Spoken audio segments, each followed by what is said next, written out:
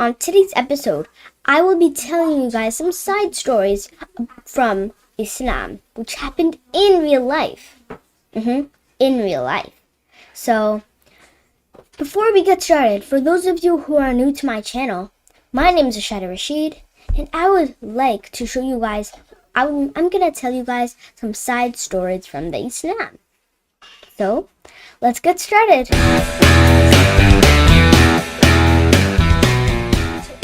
Join Success Coach today.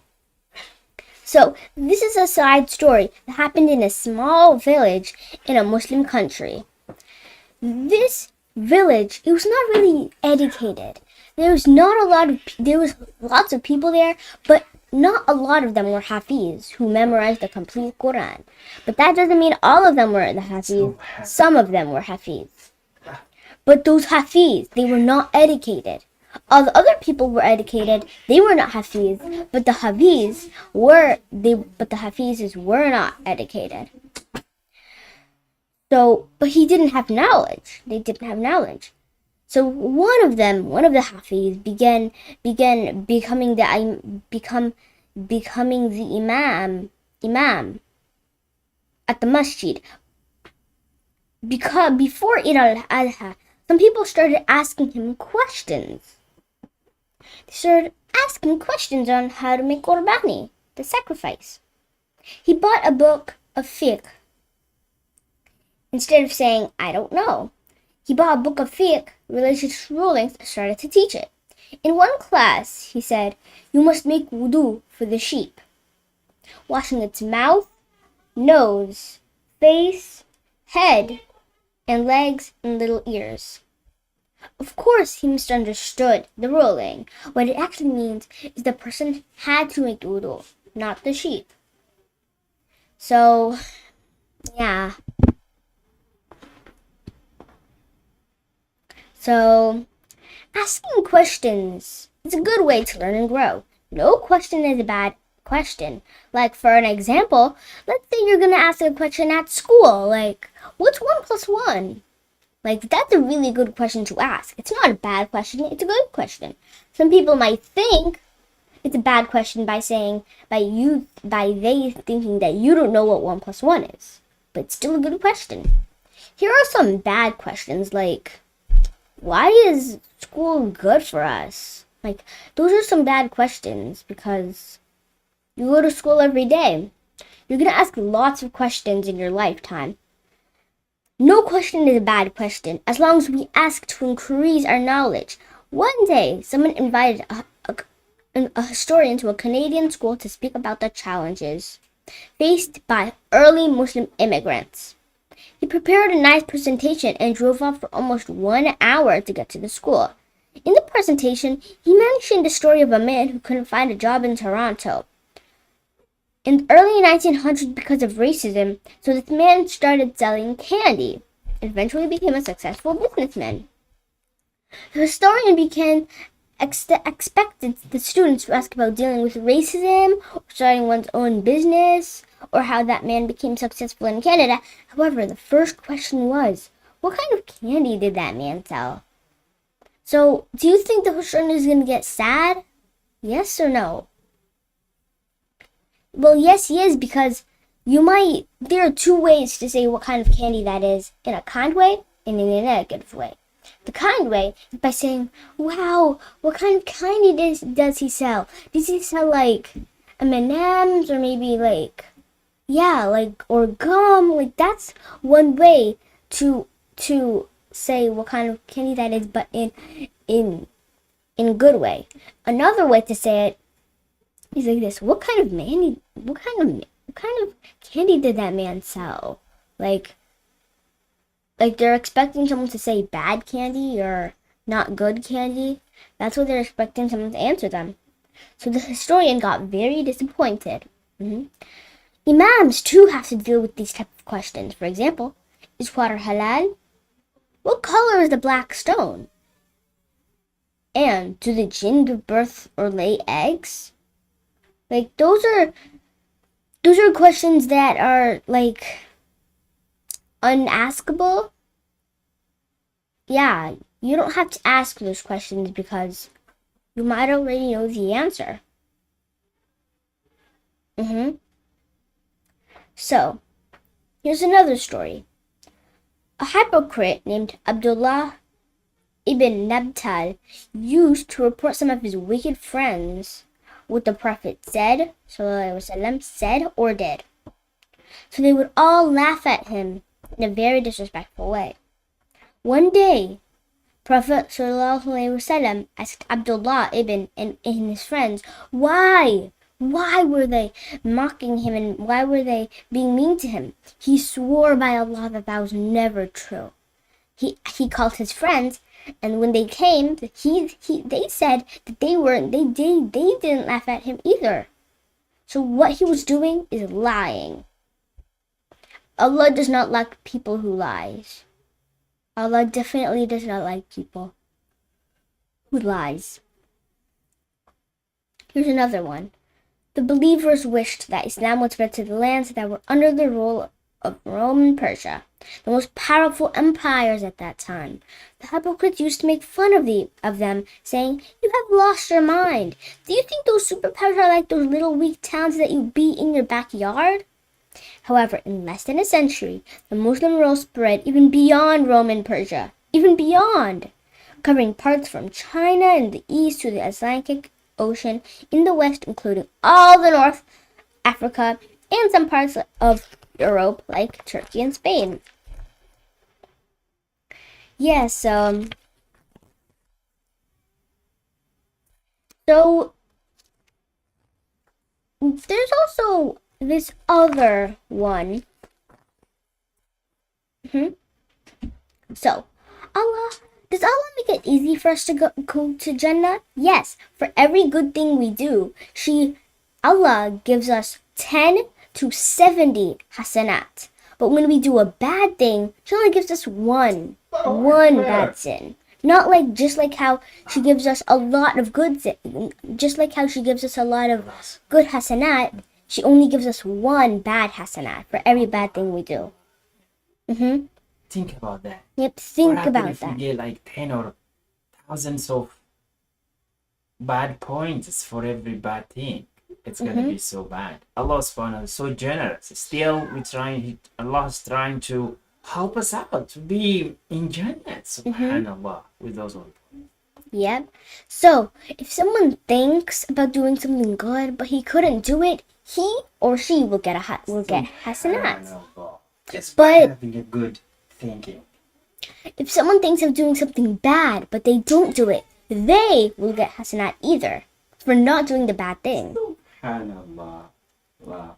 Yep. So, if we are doing something wrong, we should ask ourselves, why did we do that? What should we do to correct this thing? And how can we avoid doing that again? If we do something good, we should ask ourselves, are we doing our best? Could we do something better next time? And are we doing it to please Allah or to show off? Our intention is what decides if a good deed is accepted or not. Shaitan will not leave us alone. He will always try to play tricks on us to get in trouble. For example, if we do something good, he'll try to stop us or at least mess with our intentions. If you're doing something wrong, he will say, it's okay because everybody else does mistakes. Or, you are still young and you can repent later. Or, your sin is very small to compare with what other people do. Or, your sins are too big for Allah to forgive. Allah is the most forgiving. There's one name in the 99 names of Allah, and it is called the most forgiving. Allah is the most forgiving. Allah is the most forgiving for anyone. This is the true story of a 17-year-old boy who lived in Canada. His mother would ask him to go pray his 5 daily salat. Go think. Pause this video and think what he would say. So you're done with pausing the video and thinking. So he always said tomorrow. She would ask him to go to the masjid for Jum'ah, Friday prayers, but he always said next week. Do you think that's good or not? No, that is not good. Because his mother asked him to go pray his 5 daily salat, but he said tomorrow. You can pick. So if you want to be a Muslim, you have to start praying your 5 daily prayers. Because a non-Muslim can read Quran, and a non-Muslim can pray, but they have to pray 5 daily prayers every single day for them to become a Muslim. So to become a Muslim, don't only read Quran, also pray. So every single Muslim in the whole wide world prays Salat. Every single Muslim. One Friday in Ramadan, the Imam was this is the most amazing one. One Friday in Ramadan, the Imam was raising funds for the masjid.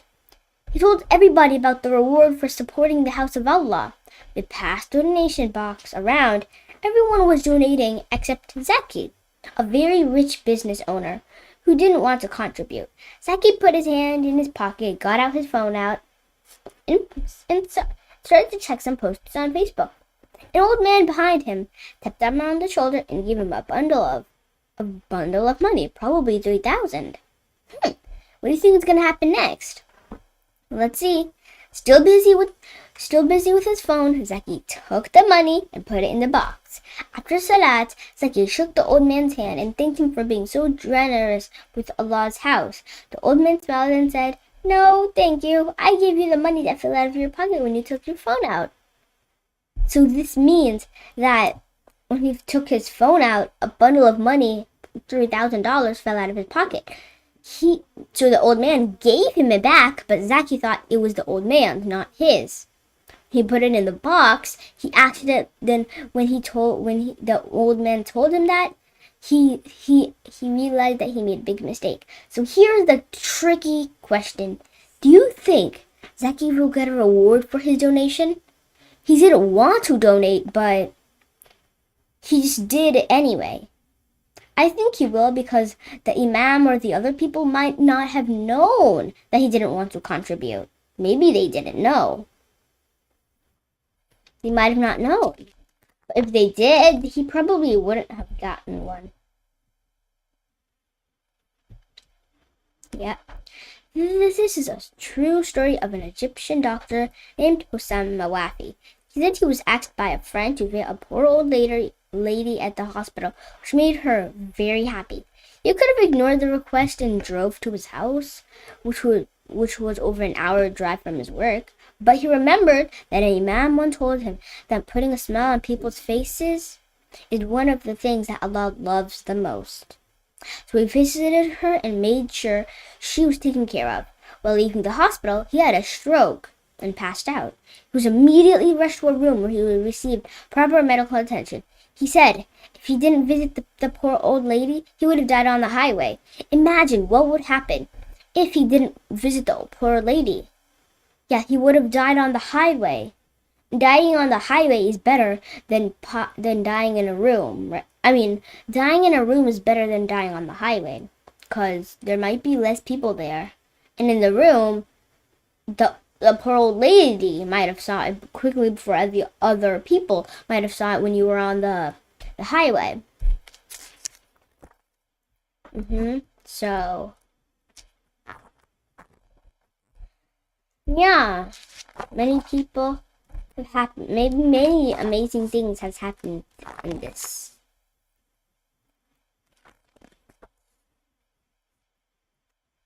So, now let's start with the quiz. Yep, there's also a quiz here.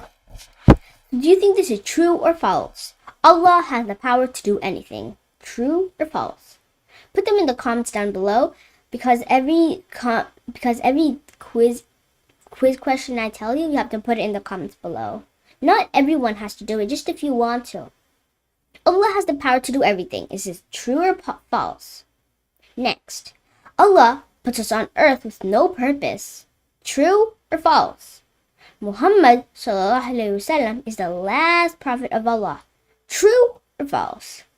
In difficult times, we should seek comfort and patience in prayer. True or false? It is okay to bully people. True or false? The universe proves the existence of a master creator. True or false? We don't have to feed the poor because it's not our responsibility. It's theirs. True or false? We should thank Allah for everything that He's given us. True or false?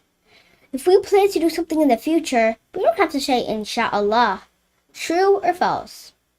Animals and birds praise Allah. True or false? So you can pause this video for every quiz and quiz question I do because I'm kind of rushing. So that is all what we have for today. Don't forget to like, comment, share, subscribe, and click the bell to get more videos.